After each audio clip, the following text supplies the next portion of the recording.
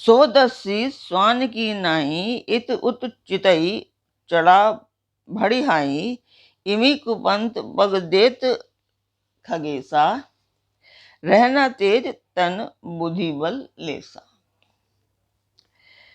नाना विधि कर कथा सुहाई राजनीति भय प्रीति दिखाई कह सीता सुनु जति गोसाई बोले हूँ वचन दुष्ट की नाई। जिमी हरि बधु ही क्षुद्र सस चाहा बसे ही कालवश निशिचर नाहा सुनत वचन दसीस रिसाना मन महु चरण बंदी सुख माना। नमस्कार व्यूअर्स, और आप सब लोग कैसे हैं? आशा करती हूँ आप सब लोग अच्छे होंगे, स्वस्थ होंगे और मेरा रामचरितमानस का अरण्यकांड पाठ अवश्य देखते होंगे। तो अभी जानते हैं कि इससे पहले कि हम पाठ शुरू करें उससे तो हम जान लेते हैं कि हमने कल तक क्या जाना था।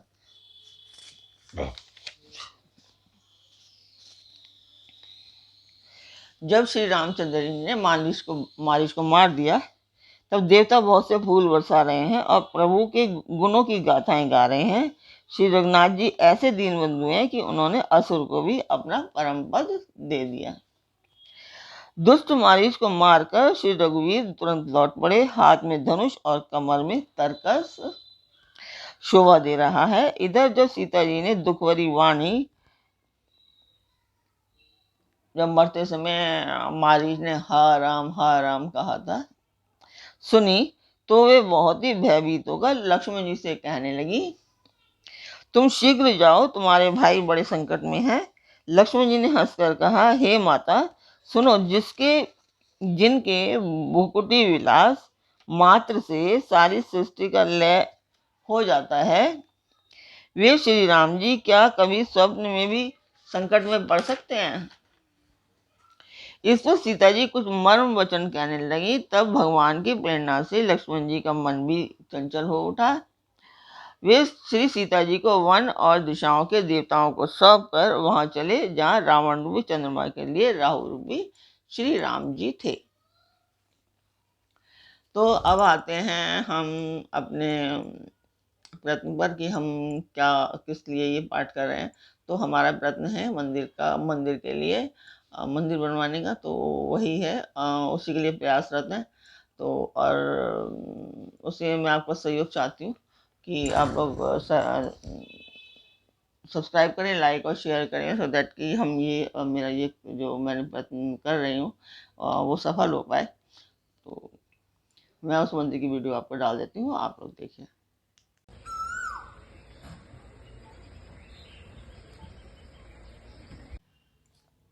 तो मंदिर की वीडियो आपने देखी, आपको कैसी लगी आप मुझे कमेंट बॉक्स में अवश्य बताया कीजिए, और एक लाइक तो बनता है, आप लाइक कर दिया कीजिए।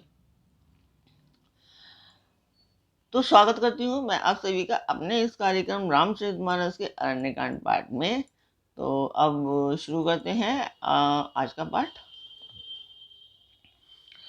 सोन बीच 10 कंदर देखा, आवा निकट जति के वेशा, जाके डर सुर असुर डराई, नीसी न नींद दिन अन्न न खाही। रावण सोना मौका देखकर यति के वेश में श्री सीता जी के समीप आया, जिसके डर से देवता और दैत्य तक इतना डरते हैं कि रात को नींद तक नहीं आती और दिन में अन्न तक नहीं खा पाते।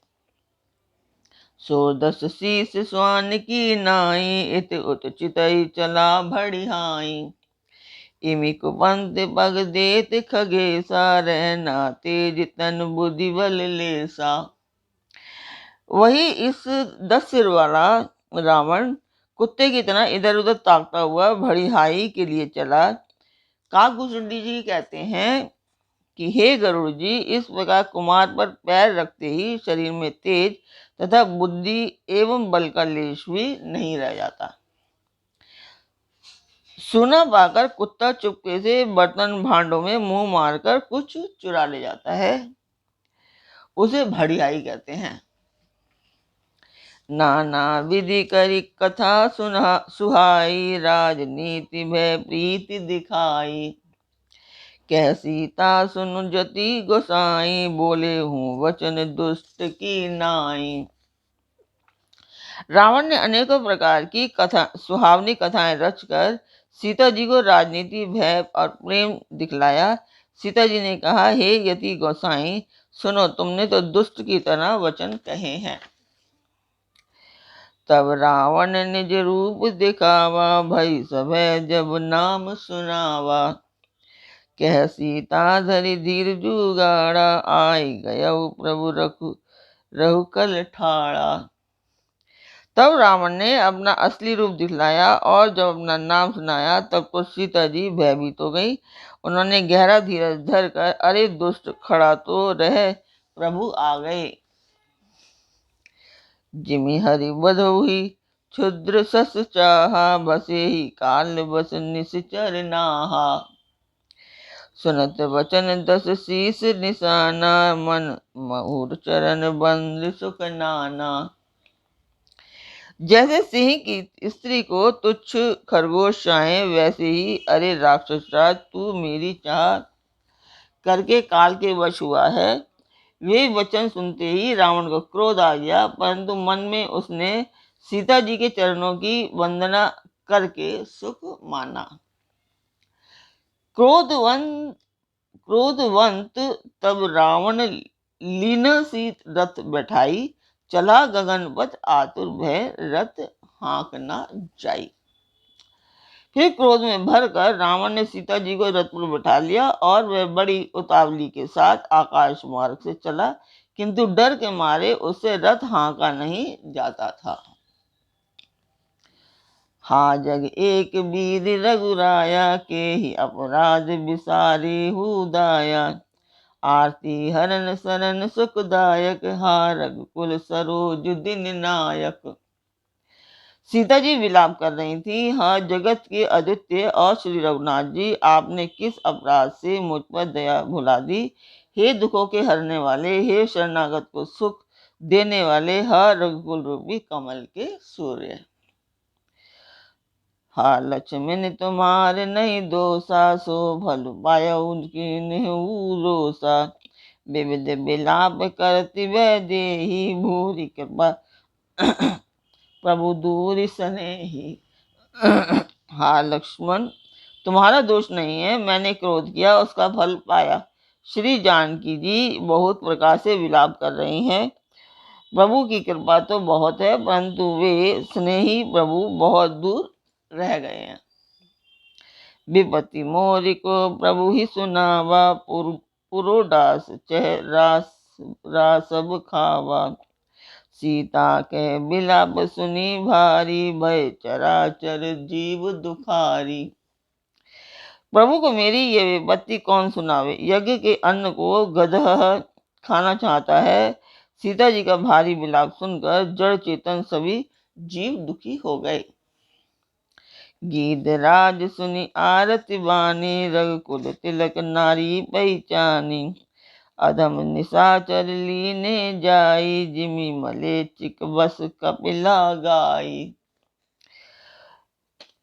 गृतराज जटायु ने सीता जी की दुखभरी वाणी सुनकर पहचान लिया कि ये रघुकुल तिलक श्री राम जी की पत्नी है। उसने देखा कि नीच राक्षस इनको लिए जा रहा है, जैसे कपिला नाथ मलेच्छ के पाले पड़ गई हो।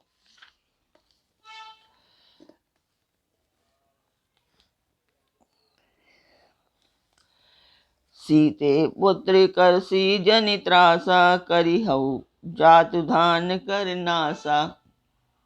धावा क्रोधवंत खग कैसे, छूटई पवि पर्वत कहु जैसे।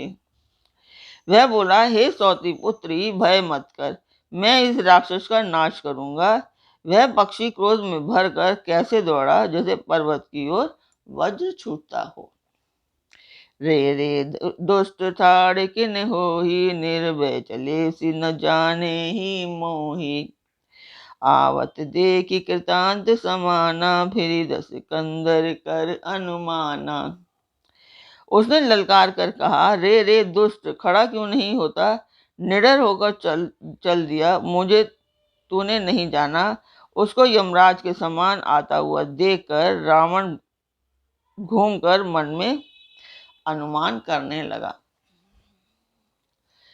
कै मैं नाक की खगपति होई, मम बल जान सहित पति सोई।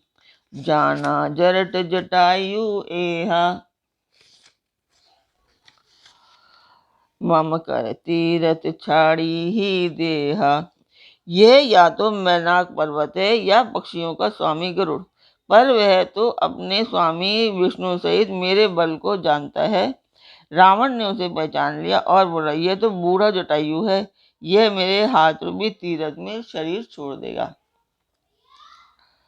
सुनत गीत क्रोधा तुर धावा, कह सुनी रावण मोर सिखावा। तज जानकी ही कुशल गृह जाहू, नाहित अस होई ही बहु बाहु। यह सुनते ही गीत क्रोध में भरकर बड़े वेग से दौड़ा और बोला, रावण मेरी सिखावन सुन, जानकी जी को छोड़कर कुशल पूर्वक अपने घर चला जा, नहीं तो हे बहुत बहुभुजाओं वाले, ऐसा होगा कि राम रोष पावक अति घोरा, होई सकल सलभ कुल तोरा। उतुर न देश दशासन जोधा, तबहि गीत धावा करि क्रोधा।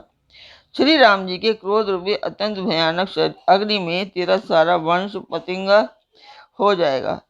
योद्धा रावण कुछ उत्तर नहीं देता। तब गीत क्रोध करके दौड़ा।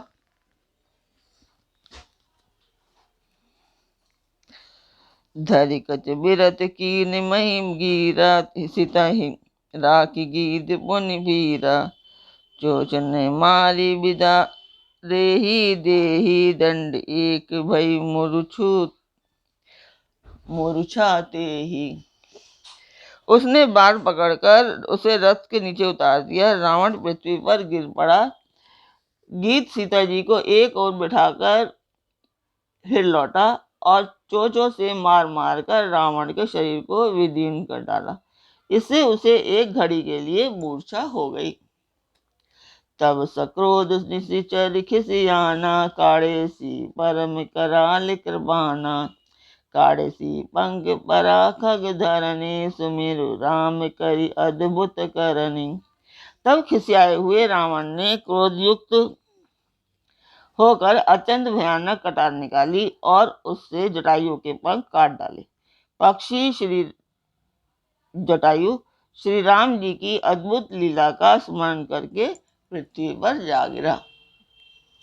सीता ही जान चढ़ाई बहोरी, चला उताइल त्रास न थोरी। करति विलाप जाति नव सीता, व्याध विवश जनु मृगी सभीता। सीता जी को फिर रथ पर चढ़ाकर रावण बड़ी उतावली के साथ चला। उसे भय कम ना था। सीता जी आकाश में विलाप करती हुई जा रही हैं, मानो व्याध के वश में पड़ी हुई कोई भयभीत हिरनी हो।